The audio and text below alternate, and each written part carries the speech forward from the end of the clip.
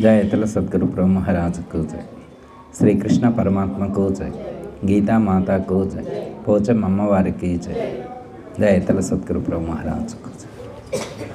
ఈరోజు భగవద్గీత 2వ అధ్యాయం సాంఖ్యయోగంలో 70వ శ్లోకం. నేను చెప్తా శ్లోకం మీరు అనండమ్మా. అపూర్యమాణమచల ప్రతిష్టం సముద్రమాపః ప్రవిశంతి యద్వత్ యద్వత్ కామాయం ప్రవిశంతి సర్వే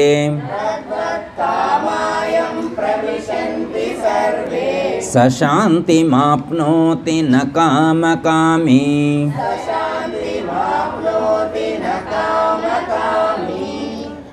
జలము వలన సంపూర్ణముగా నిండింపబడినదియు నిశ్చలమైనదియగు సముద్రమును నదీ జలము మున్నగనివి ఏ ప్రకారము ప్రవేశించుచున్నవో ఆ ప్రకారమే భోగ్య విషయములన్నీయు ఏ బ్రహ్మనిష్ఠుని పొంది అనగా అతనిని వికృతము చేయలేక అణిగిపోవచ్చున్నవో అతడే శాంతిని పొందును గాని విషయాసక్తి కలవాడు కాదు. ఇంకో శ్లోకం 71వ శ్లోకం. విహాయ కామాన్ యః సర్వాన్ పుమాంశ్చరతి నిస్పృహః నిర్మమో నిరహంకారః సశాంతిమధిగచ్చతి. ఎవడు సమస్తములైన కోరికలను శబ్దాది విషయములను త్యజించి వాని యందు ఏమాత్రము ఆశలేక అహంకార మమకార వర్జితుడై ప్రవర్తించునో అట్టివాడే శాంతిని పొందుచున్నాడు. ఈరోజు 70వ శ్లోకం 71వ శ్లోకం 2వ అధ్యాయంలో మనకి స్థితప్రజ్ఞ లక్షణాలు కొనసాగుతూ ఉన్నాయి. ఇంకా అయిపోవచ్చుని అన్నమాట. స్థితప్రజ్ఞ లక్షణాలు ఈ శ్లోకంతో అయిపోతాయి. ఇంకా లాస్ట్ ముగింపు అనేటువంటిది లాస్ట్లో మనం నెక్స్ట్ వీక్ చెప్పుకుంటాం. ఓకే, ఇక్కడ అపూర్యమాణ మచల ప్రతిష్టం సముద్రమాప ప్రవిశంతి యద్వత్ తద్వత్ కామాయం ప్రవిశంతి సర్వే సశాంతి మాప్నోతి నకామకామి అని చెప్తారు. మెయిన్ ఇక్కడ ఇంటెన్షన్ ఏంటంటే సశాంతి మధిగచ్చతి, సశాంతి మాప్నోతి, సశాంతి మాప్నోతి. ఇక్కడ శాంతి అనే పదాన్ని శ్రీకృష్ణ పరమాత్మ ఉదహరించారు. శాంతి అనేటువంటిది ఎలా ప్రాప్తిస్తుంది, ఎలా లభిస్తుంది అని చెప్పి ఫస్ట్ క్వశ్చన్ వేస్తున్నారు. అంటే ఎవరికైనా శాంతి కావాలి అంటే, ప్రశాంతంగా ఉండాలి అని అనుకుంటే ఒకవేళ ఏం చేయాలి? ప్రశాంతంగా ఉండాలని అనుకునేటువంటి వాళ్ళు, శాంతిగా ఉండాలి అని అనుకునేటువంటి వాళ్ళు ఏం చేయాలి? ఏం చేస్తే శాంతి లభిస్తుంది? ఏం చేస్తే శాంతి లభిస్తుంది? ఎవరు ఆ ప్రశాంతతను పొందుతారు అని చెప్పి కోరుకుంటున్నారు. ఈ ప్రపంచంలో ప్రతి ఒక్క మానవుడి యొక్క కోరిక కూడా ఇదే అన్నమాట. ఎందుకంటే ధనం ఎంతున్నా కానీ ప్రశాంతత లేని వాళ్ళు ఉన్నారు. అర్థమైందా? 10 ఇల్లులున్నా కానీ ప్రశాంతత లేని వాళ్ళు ఉన్నారు. 100 కోట్ల ఆస్తి ఉన్నా కానీ 4 బీపీ టాబ్లెట్లు వేసుకోవాల్సిన పరిస్థితి వస్తుందంటే ఏంటి అర్థం? వాళ్ళకి ప్రశాంతత లేదు, శాంతి లేదు అని అర్థం. అంతేకమ్మా, శాంతి వాళ్లకు లేదు అని అర్థం. ఈ శాంతిలో కూడా టెంపరవరీ శాంతి ఉంటుంది, పర్మనెంట్ శాంతి ఉంటుంది. అర్థమైందమ్మా? శాంతి కూడా రకాలన్నమాట. టెంపరరీ, పర్మనెంట్లీ 2 రకాల ఉంటాయి అన్నమాట శాంతిలో. టెంపరరీ అంటే అప్పుడున్నటువంటి తాత్కాలికంగా ఏర్పడేటువంటి శాంతి. పర్మనెంట్లీ అంటే ఇక జీవితకాలం కూడా వాళ్ళు ప్రశాంతంగానే ఉంటారన్నమాట. ఇక వాళ్ళని ఎవరు కూడా డిస్టర్బ్ చేయలేరు. వాళ్ళ యొక్క శాంతిని ఎవరు కూడా, ప్రశాంతతని ఎవరు డిస్టర్బ్ చేయలేరు. శాంతికి మనకి పరాకాష్ఠగా చాలామందిని చెప్తారు. అలాంటి వాళ్ళ ఎగ్జాంపుల్గా మనం గాంధీ గారిని చెప్పుకోవచ్చు, లేకపోతే బుద్ధుడిని చెప్పుకోవచ్చు, మహాత్ములు చాలామంది ఉంటారు మనం పరిగణలోకి తీసుకుంటే. ఇంతకుముందు కూడా చాలాసార్లు చెప్పారు, శాంతికి ప్రతీకగా మనకి ఎవరిని చెప్తారంటే నెహ్రూ గారిని కూడా చెప్తారనమాట. నెహ్రూ గారిని కూడా శాంతికి ప్రతినిధిగా చెప్తారనమాట. ఎందుకు మరి వాళ్ళంత నిజంగా అంత శాంతి ఉందా వాళ్లకు అంటే, ఫస్ట్లో స్టార్టింగ్లో లేకపోయినా కానీ వాళ్ళు తర్వాత తదనంతర జీవన విధానంలో ఆ శాంతిని వాళ్ళు పెంపొందింపజేసుకున్నారు. స్టార్టింగ్ ఒకటి ఇంతకుముందుదే పాతదే ఎగ్జాంపుల్ గుర్తు చేస్తాను. ఒకసారి నెహ్రూ గారు ఫారెన్లో చదువుకోవడానికి వెళ్తారు. ఆ చదువుకోవడానికి వెళ్ళినప్పుడు వాళ్ళ ఫ్రెండ్స్ అందరూ కూడా ఈయనకు చెప్పకుండా సినిమాకి వెళ్తారు. ఈయన కోపం వచ్చింది, ఎందుకు చెప్పలేదు అంటారు. వాళ్ళు కొత్త అనమాట, అప్పుడే ఈయన వెళ్ళాడనమాట. ఎవరు ఏంటి అనేటువంటి ఎవరికి తెలియదు అనమాట. అప్పుడు అంటారు, మరి మేము ఇట్లా సినిమాకి వెళ్తున్నామంటే అక్కడ కొంచెం కాస్ట్ ఎక్కువ అవుతుంది కదా, నువ్వు అంత కాస్ట్ బేర్ చేస్తావో లేదని నీకు చెప్పలేదని అంటారనమాట. అంటే ఇప్పుడు ఈయనకు బాగా కోపం వస్తుంది అనమాట. అప్పుడు వచ్చి ఏం చేస్తారంటే నెహ్రూ గారు తను ఉండేటువంటి హాస్టల్ కాడి నుంచి కాలేజీ వరకు కూడా అక్కడ ఉన్నటువంటి నోట్లు ఉంటాయి కదా, ఇప్పుడు సపోజ్ మనకి 500 రూపాయల నోట్లు అనుకోండి, అక్కడే వాళ్ళ డాలర్స్ హాస్టల్ కాడి నుంచి కాలేజీ దాకా పరిచి వాటి మీద నడుచుకుంటూ వెళ్తారనమాట. ఈయన ఎంత గొప్పవాడు అని వాళ్ళకి తెలియజేయటం కోసం, మేము ఎంత ధనవంతులు అని అంటే అంత కోపం అన్నమాట ఆయనకి. ముక్కోపి అంటారనమాట. ఆయన ఏమంటారు? ముక్కోపి అంటే ఇప్పుడు మనకు అర్థమైంది కదా, సినిమాకు పిలవకపోతేనే ఆయన ప్రూవ్ చేసుకోవాలనుకుని నేను ఎంత ధనవంతున్నో తెలియజేయాలనుకుని హాస్టల్ కాడి నుంచి కాలేజీ దాకా నోట్లు పరిచి వాటి మీద నడుచుకుంటూ వెళ్ళారు. అయితే వాళ్ళ నోట్లు తొక్కినందుకు ఈయనకు ఫైన్ వేశారు. వాళ్ళ రాజముద్ర ఉంటుంది కదా, ఆయన ఫైన్ వేశారు. అయినా కానీ ప్రశాంతంగా కట్టాడు, దాంట్లో ఏమాత్రం ఫీల్ అవ్వలేదు ఆయన. అర్థం అంటే కోపం అంతా ఉంటుంది అన్నమాట, షార్ట్ టెంపర్ అనమాట ఆయనకి షార్ట్ టెంపరు. అయితే ఒకరోజు గాంధీ గారికి తెలుసు అనమాట ఈయనకి ఇంత కోపం అని. ఒక సభలో ఉపన్యాసం చెప్తూ, ఇప్పుడు శాంతికి ప్రతినిధి అయినటువంటి, శాంతికి ప్రతిరూపమైనటువంటి నెహ్రూ గారు మీరు ఉపన్యసిస్తారని చెప్పి పదప్రయోగం చేసిండు. ఈయనకి బాగా ఆలోచిస్తారు అన్నమాట. ఎవరు? నెహ్రూ గారు. నేను ఇంత కోపిష్టినని తెలుసు, నాకు ముక్కోపి అని కూడా ఆయనకు తెలుసు, అయినా కానీ నన్ను శాంతి స్వరూపుడనని కీర్తించాడు అని ఆలోచిస్తారు. అనుకోని అప్పుడు చెప్తారు అనమాట, సభలోనే చెప్తారు, నిజంగా అయితే నాకు కోపం ఎక్కువ, నేను కంట్రోలింగ్ చేసుకోలేను, కానీ ఇప్పుడు ఒక మహాత్ముడు గాంధీ గారు నన్ను శాంతి స్వరూపుడు అని కీర్తించాడు కాబట్టి నేను ఈ క్షణం నుంచే కోపాన్ని విడిచిపెడుతున్నా అన్నాడు. ఆ సభలోనే కోపాన్ని విడిచిపెట్టాడు. ఇంకా జీవితకాలం మొత్తంలో ఎప్పుడూ ఎక్కడ ఆయన కోపాన్ని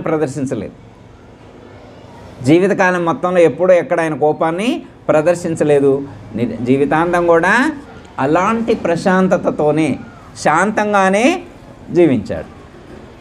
ఓకే, అర్థమైంది కమ్మా.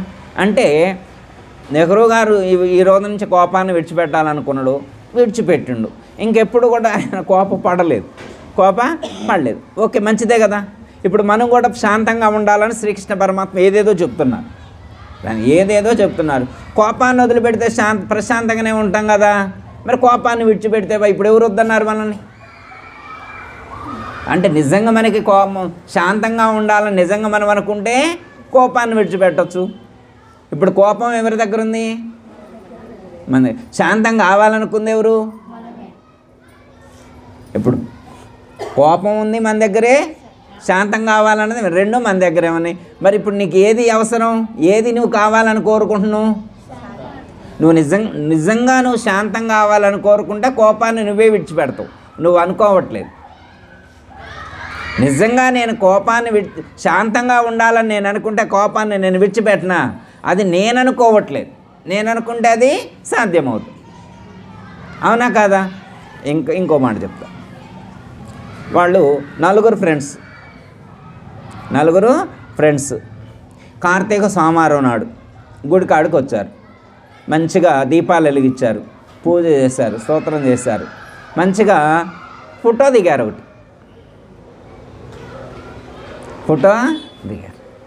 దాన్ని వాట్సాప్లో షేర్ చేశారు, ఫేస్బుక్లో, ఇన్స్టాగ్రామ్లో షేర్ చేశారు. అందరూ నవ్వుతూ ఉన్నారు, ఫోటోలో అందరూ నవ్వుతూ ఉన్నారు.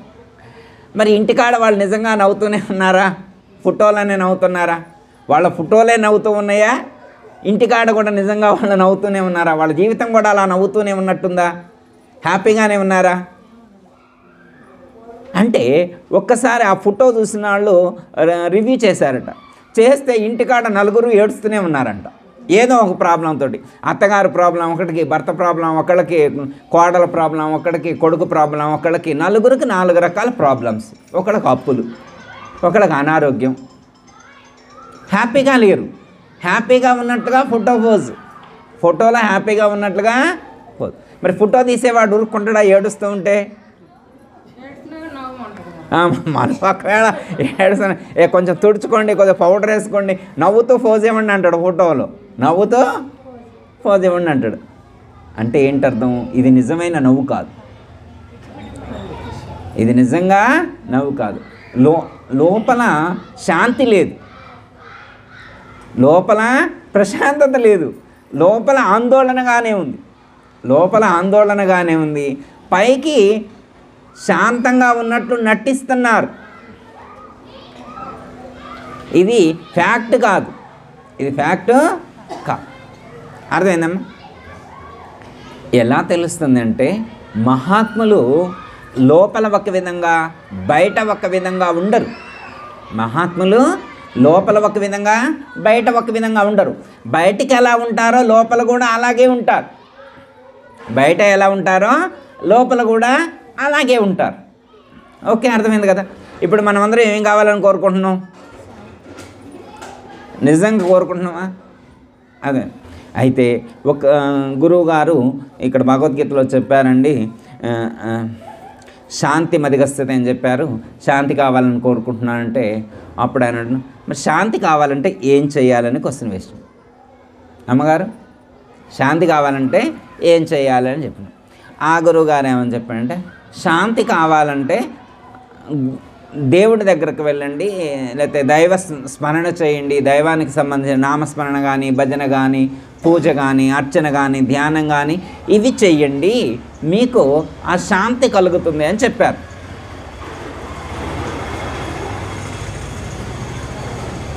ఆయనకు తోచింది చెప్పారు, ఆయనకు తోచిన ఉపాయం ఆయన చెప్పారు. శాంతి కలగాలంటే ఏం చేయాలన్నాడు?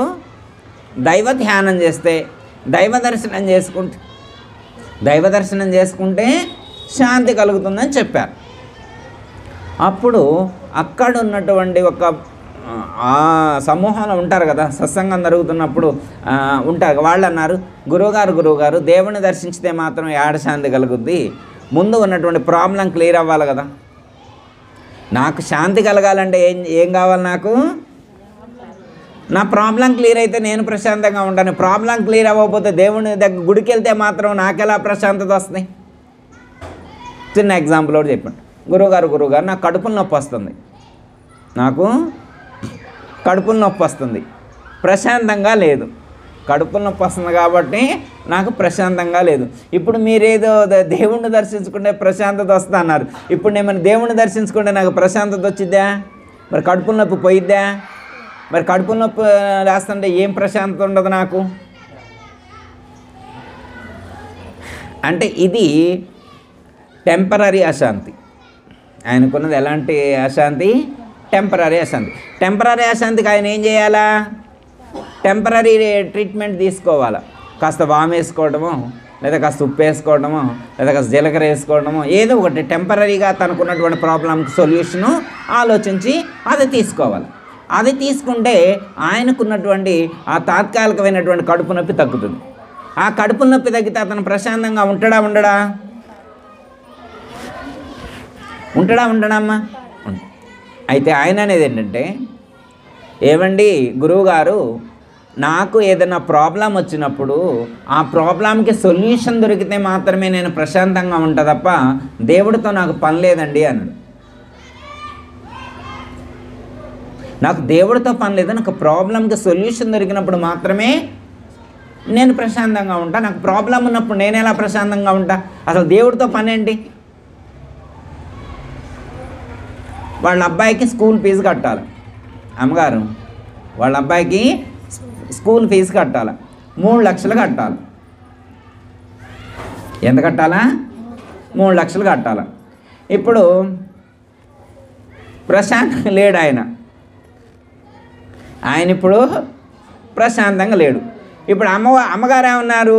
గుళ్ళో భగవద్గీత చదువుతున్నారు, సత్సంగం జరుగుతుంది, నువ్వు గుడికాడికి రా, నీకు ప్రశాంతత లభించిద్ది అని అన్నారు. ఇప్పుడు ఆయన అంటాడు, నేను గుడికాడికి వస్తే మాత్రం ప్రశాంతత ఎందుకు లభించిద్ది? 3 లక్షలు అప్పిచ్చేవారు ఎవరో చూపెట్టండి. మీ సత్సంగానికి వస్తే సత్సంగ సభ్యులు ఎవరైనా నాకు తక్కువ వడ్డీకి ఎవరైనా అప్పిచ్చే వాళ్ళు ఉంటే చూపెట్టండి అమ్మగారు, నేను గుడికి వస్తా అంటాను ఆయన. ఎవరిస్తారమ్మా? కనీసం ధర్మ వడ్డీ అంటే 2 రూపాయల కంటే ఎవరైనా ఇస్తారేమో, రూపాయి కంటే ఇస్తారు, కానీ వడ్డీ లేకుండా ఎవరుంటారు ఇచ్చేవాళ్ళు? ఎంత అమ్మగారు చెప్తే మాత్రం అమ్మగారు ఎలాంటి రిస్కులు పెట్టుకుంటుందా? పెట్టుకోరు అమ్మ. ఇప్పుడు ఆయన అంటే సత్సంగానికి రమ్మన్నందుకు ఈ చిక్క, నాయన నువ్వు సత్సంగానికి వస్తే నీకు మంచి జరుగుద్ది, నీకు ప్రశాంతంగా ఉంటావు నువ్వు అంటే, అతనేమంటుందంటే నాకు ప్రాబ్లం క్లియర్ అయితేనే నేను సంతోషంగా ఉంటా, నేను హ్యాపీగా ఉంటా, నేను ప్రశాంతంగా ఉంటా. ప్రాబ్లం క్లియర్ అవ్వకుండా నేను సత్సంగానికి వచ్చినా ప్రశాంతంగా ఉండను. అదే అయితే ఇక్కడ ఏమని చెప్పారంటే, మనిషి ఒక ప్రాబ్లం కానీ ఒక కోరికతో ఉన్నప్పుడు, ఇప్పుడు ఆయనకి ఏం కావాలా? డబ్బులు కావాలి, 3 లక్షలు కావాలి. ఆయన కోరిక ఏంటి? 3 లక్షలు. ఇప్పుడు 3 లక్షలు ఇస్తే, ఎవరైనా 3 లక్షలు ఇస్తే ఆయన పర్మనెంట్గా ప్రశాంతంగా ఉండగలడా? లేదు. తాత్కాలికంగా టెంపరీ ప్రశాంతత, ఆయనకి టెంపరీ ప్రశాంతత. మొన్న కడుపుల నొప్పి అన్నాడు, ఏదో వాము ఇచ్చి తగ్గించారు, ఇవాళ 3 లక్షలు అన్నారు, ఎవరో ఇచ్చి తగ్గించారు అనుకోండి, మరి ఎల్లుండి మరి ఏమీ అడగకుండా ఉండడానికి గ్యారంటీ ఉందా అమ్మ? అంటే ఇక్కడ ఏమంటున్నారంటే, తద్వత్కామయం ప్రవిశంతి సర్వే సర్వే కామాః, సర్వే కామాః, కామాః సర్వే. అర్థమైందమ్మా? ఇప్పుడు కోరికలు ఉన్నటువంటి వాడు ప్రశాంతతను పొందలేడు. ప్రశాంతతను ఎవరు పొందలేరు? కోరికలు ఉన్నవారు ప్రశాంతతను పొందాలి. ప్రశాంతతను పొందాలంటే ఏం కావాలి? కోరికలు లేకుండా ఉండాలి. ఎవరైతే కోరికలు లేకుండా ఉంటారో వాళ్ళు ప్రశాంతతను పొందుతారు. అర్థమైందమ్మా? ఎందుకంటే అమ్మా, కోరికలు అనేటువంటి వాటికి అంతు లేవు. కోరికలు అనేటువంటి వాటికి ఒక పరిమితి లేదనమాట, ఒక లిమిటేషన్ లేదు. ఒకటి తీరితే ఒకటి, ఒకటి తీరితే ఒకటి, ఒకటి తీరితే ఒకటి, నిరంతరం అవి అవిచ్ఛిన్నంగా వస్తూనే ఉంటాయి, వస్తూనే ఉంటాయి, వస్తూనే ఉంటాయి. అర్థమైందా? ఇప్పుడు మనమే ఉన్నామనుకోండి అమ్మ, ఇన్ని రోజుల నుంచి భగవద్గీత వింటున్నాం, ఇన్ని రోజుల నుంచి భగవద్గీత వింటున్నాం. దాదాపు ఇప్పుడు 2వ అధ్యాయంలోనే 70 శ్లోకాలు విన్నాం. 2వ అధ్యాయంలోనే 70 శ్లోకాలు విన్నాం, ఇన్ని వారాలు విన్నాం కదా. మరి మనకేమైనా ప్రశాంతత వచ్చిందా ఇంత వింటే? రావాలి కదా.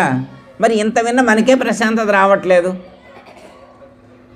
ఈ కాన్సెప్ట్ అది. ప్రజహాతి యదా కామాన్ సర్వాన్ పార్థమనోగతాన్, ప్రజహాతి యదా కామాన్ సర్వాన్ పార్థమనోగతాన్. ఓ అర్జున, ఒక్క కోరిక కూడా ఉండకూడదు. ఒక్క కోరిక ఉన్నా కానీ అది నీకు దుఃఖాన్ని కలిగిస్తుంది.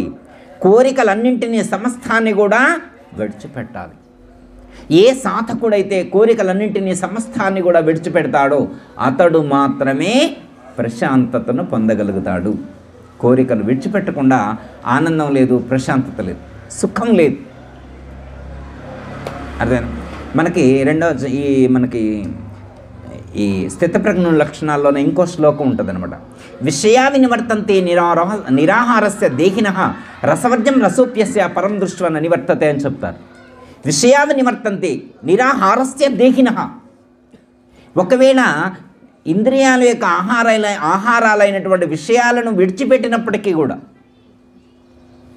విషయా వినివర్తంతే నిరాహారస్య దేహినః, ఇంద్రియాలకు ఆహారమైనటువంటి విషయాలను విడిచిపెట్టినప్పటికీ కూడా పరం దృష్ట్వా పరమాత్మను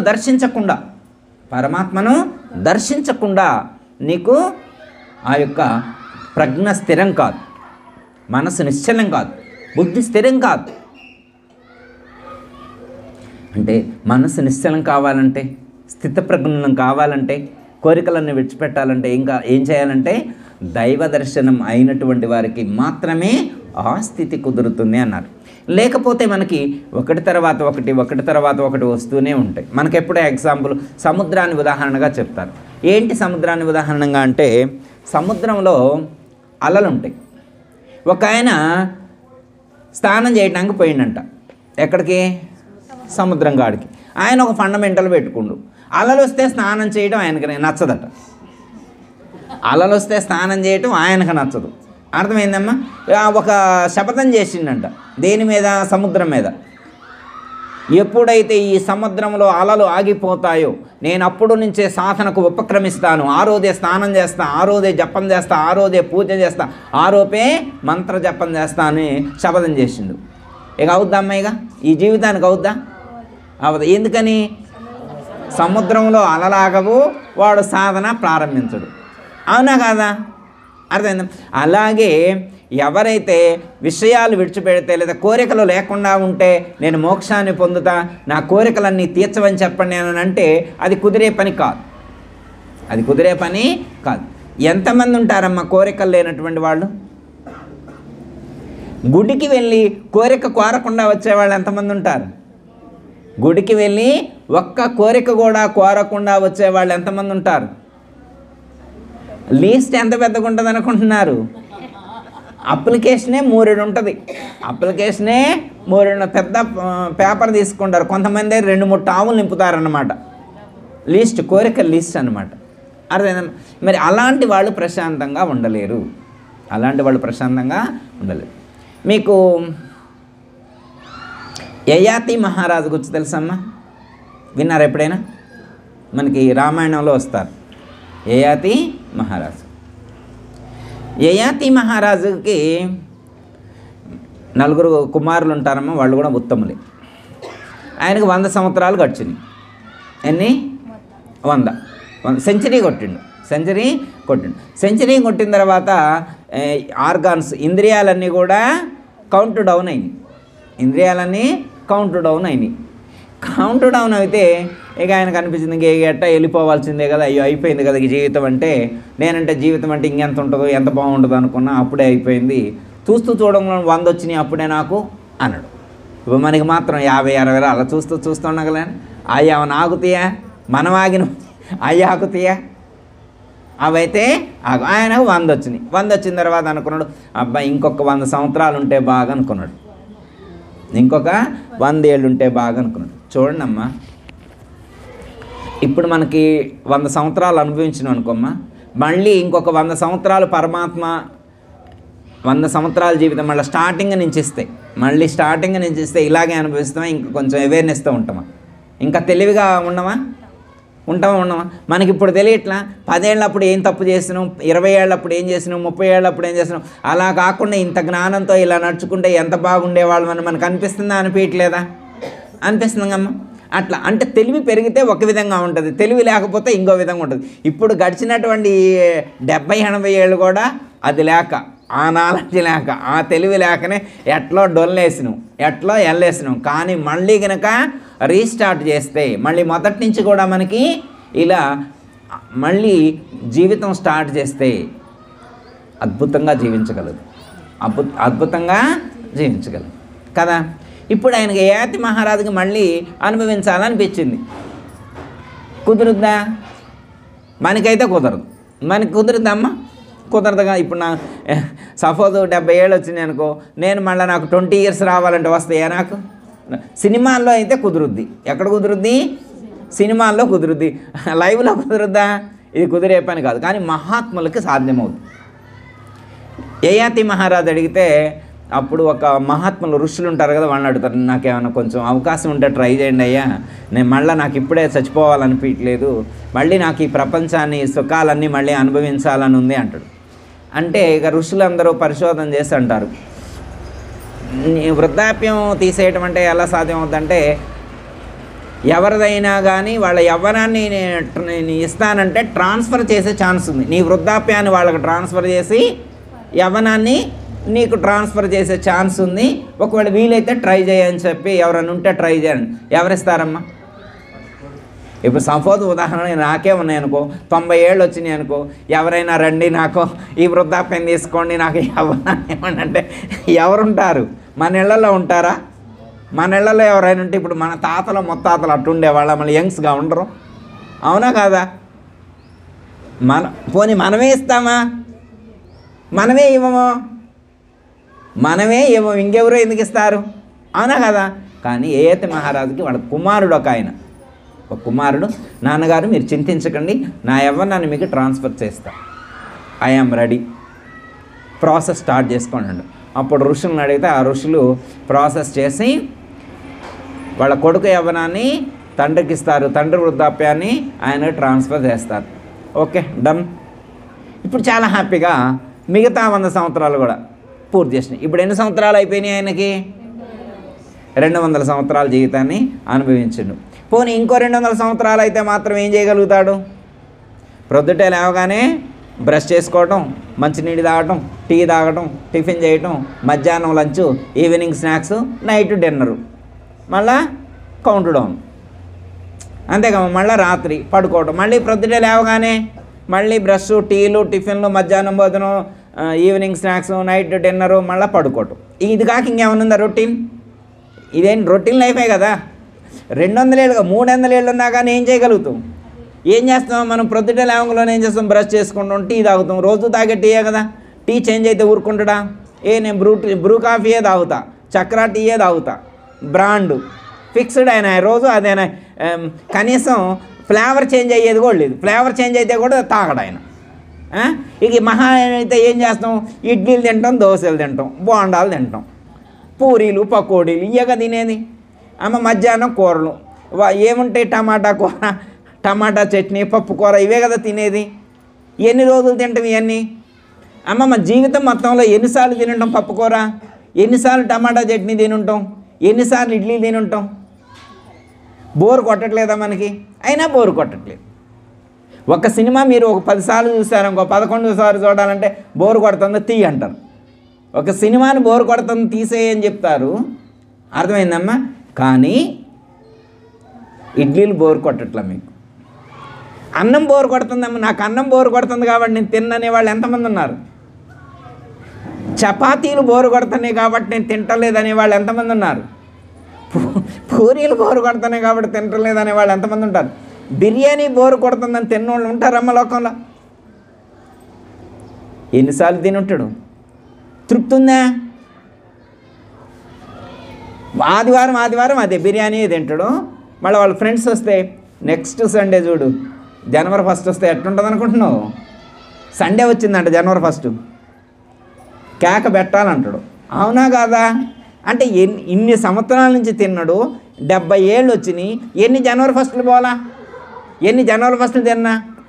అంటే 70 జనవరి 1 తిన్నా కానీ ఇంకా సాటిస్ఫాక్షన్ లేదు, ఇంకా తృప్తి లేదు. ప్రతి ఆదివారం తింటూనే ఉన్నాడు. ఎన్నిసార్లు తిన్నా, ఎంత తిన్నా ఇంకా తింటానికే పుట్టినట్టున్నాడు. ఇంకెప్పుడమ్మా సాటిస్ఫాక్షన్? ఎప్పుడు? ఇంకా చాలు అని అంటలేదు. అంటే అప్పుడు యయాతి మహారాజుని యాంకర్స్ ఉంటారు కదా, న్యూస్ ఛానల్ యాంకర్స్, వీళ్ళు పోయి అడిగారట ఒకళ్ళు. మరి అప్పట్లో ఎవరున్నారో తెలియదు కానీ వెళ్ళి అడిగారంట ఒకళ్ళు. ఇట్లాంటి వాళ్ళు వెళ్ళి అడిగితే, అయ్యా మీరు 200 సంవత్సరాల లైఫ్ మీరు అనుభవించారు కదా, జీవితాన్ని అనుభవించారు కదా, ఈ 200 సంవత్సరాల యొక్క ఎసెన్స్, సారాంశాన్ని 2 మాటల్లో చెప్పండి అన్నారట. మనం చెప్పమ్మా? మనం చెబుతామా? చెప్పమా? యయాతి మహారాజును కూడా అడిగారట, ఏం చెప్పుండొచ్చు? యయాతి మహారాజు ఏం చెప్పుండొచ్చు అమ్మా? అంటే యయాతి మహారాజు ఒక్కటే చెప్పారు, నేను అందరూ 100 సంవత్సరాలే కానీ నేను 200 సంవత్సరాలు ఈ ప్రపంచాన్ని అనుభవించా, సుఖాలు అనుభవించా, అయినా కానీ నాకు చాలు, ఇంతవరకు ఇక చాలు అని నాకు అనిపించట్లేదు అన్నాడు. ఇంకా సంతృప్తి పడట్లేదు అన్నాడు. ఇంకా నాకు సాటిస్ఫాక్షన్ అనిపించట్లేదు. అవసరమైతే ఇంకో 200 సంవత్సరాలైనా కానీ నాకు ఇలాగే అనుభవించాలని ఉంది అన్నాడు. మనమందరం కూడా ఎక్స్టెండ్ అవ్వాలని అనుకునేది ఎందుకు? ఆరోగ్యం బాగలేకపోతే హాస్పిటల్లోకి పోయి ఎక్స్టెండ్ చేసుకోవాలి. ఏం ఎక్స్టెండ్ చేసుకోవాలా? లైఫ్ ఎక్స్టెండ్ చేసుకునేది ఎందుకు? ఈ తినడానికే కదా. అవి తినడానికేనమ్మా, స్మరణ చేయడంగా. మనలాంటి వాళ్ళమైతే స్మరణ చేయడానికి, మిగతా వాళ్ళందరూ అవి తిండి. మొన్న ఆరోగ్యం బాగలేదు కాబట్టి ఈ 2 ఆదివారాలు వదిలిపెట్టాలి, లేకపోతే వదులుతున్నా.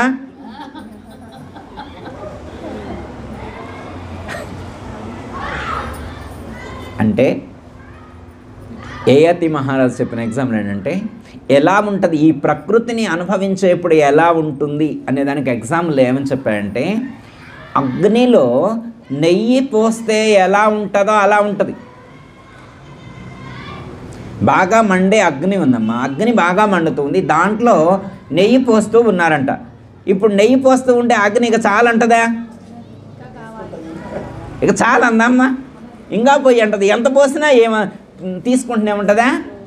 అది బాగా మండే మంటలో అగ్నిని పోస్తూ ఉంటే, మన భాషలో ఇప్పుడు టెర్మినాలజీలో చెప్పుకోవాలంటే పెట్రోల్ పోస్తూ ఉంటే, బాగా మండే మంటల్లో పెట్రోల్ పోస్తూ ఉంటే ఎంత పోసినా పెట్రోలు మంట కావాలని అంటూనే ఉంటుందట. అర్థమైందమ్మా? అంటే ఇంకా చాలు అని అనదు. ఈ ప్రకృతి యొక్క సుఖాలు ఎలా ఉంటాయంటే, ఇంకా చాలు అనుభవించింది, ఇంకా చాలు అందు. ఇప్పటికీ చాలా తిన్నా, చాలా విని ఉన్నా, చాలా తిని ఉన్నా, చాలా చూసి ఉన్నా, ఇక చాలు ఈ జీవితానికి అనేవాళ్ళు చాలా తక్కువ మంది ఉంటారు. ఇంకా చాలమ్మా ఈ జీవితానికి చాలు కట్ అనేవాళ్ళు చాలా తక్కువ మంది ఉంటారు. ఎక్కువ మంది ఇంకా 70-80 వచ్చినా కానీ ఇంకా తిరుగుతూనే ఉంటారు. అర్థమైందమ్మా? అంటే ఎవరిష్టం వాళ్ళది. ఇక్కడ ఎవరిని మనం అలా చేయటం తప్పని ఒప్పని కాదమ్మా, ఎవరిష్టం వాళ్ళది. ఇక్కడ శ్రీకృష్ణ పరమాత్మ చెప్పేది ఏంటంటే, ఈ ప్రపంచాన్ని ప్రకృతిని ఎంత అనుభవించినా కానీ ఇంకా అనుభవించాలి అనేటువంటి భావనతే ఉంటారు. కోరికలకు పరిమితి అంటూ లేదు. ఎన్ని కోరికలు అనుభవించినా కానీ ఇంకొక కోరిక పుట్టుకొని వస్తూనే ఉంటుంది. ఒకదాని తర్వాత ఒకటి, ఒకదాని తర్వాత ఒకటి వస్తూనే ఉంటాయి కోరికలు. ఇంకా చాలు అని అనరు, ఇంకా చాలు అని అనరు. ఒకవేళ అంటే ఎవరంటారంటే జ్ఞానులు, భక్తులు, యోగులు, ఋషులు, మునులు. మనమే కదా భక్తులు. భక్తులు అంటే ఏ ఊర్లో ఉంటారు? భక్తులు అన్నారా గురువుగారు మీరు? జ్ఞానులా? అయితే ఆగండి, ఒకసారి గూగుల్లో సెర్చ్ చేస్తా ఏ ఊర్లో ఉంటారో. అమ్మ భక్తులు అంటే మన ఇక్కడ వీళ్ళందరూ భక్తులు కాదా? వీళ్ళందరూ జ్ఞాని అనగానే అమ్మగారు గుర్తు రావద్దు మీకు? అవునా కదా? జ్ఞాని అంటే ఎదురుగా అమ్మగారిని పెట్టుకొని గూగుల్లో సెర్చ్ చేయటం ఏంటి? అర్థమైందా? అంటే తృప్తి లేకుండా ఉంటారు, కోరికలతోటి మనిషి దుఃఖాన్ని పొందుతూ ఉంటారు అని చెప్తారు. అందరికీ జై గురు. మరిన్ని ఆధ్యాత్మిక రహస్యాల కోసం అచల బోధ, ఆత్మబోధ, భగవద్గీత, అలాగే పండుగల్లో దాగిన అర్థాలు, అంతరార్థాల కోసం మరియు యోగము, ధ్యానము మొదలైన అనేక ఆధ్యాత్మిక తెలుగు ప్రవచనాల కోసం క్రింద ఉన్నటువంటి రెడ్ కలర్ సబ్స్క్రైబ్ బటన్ను క్లిక్ చేయండి. అలాగే ప్రక్కనే ఉన్నటువంటి గంట సింబల్ను నొక్కండి. అలాగే ఈ వీడియో మీకు నచ్చినట్లయితే లైక్ చేయండి మరియు షేర్ చేయండి. జై గురు.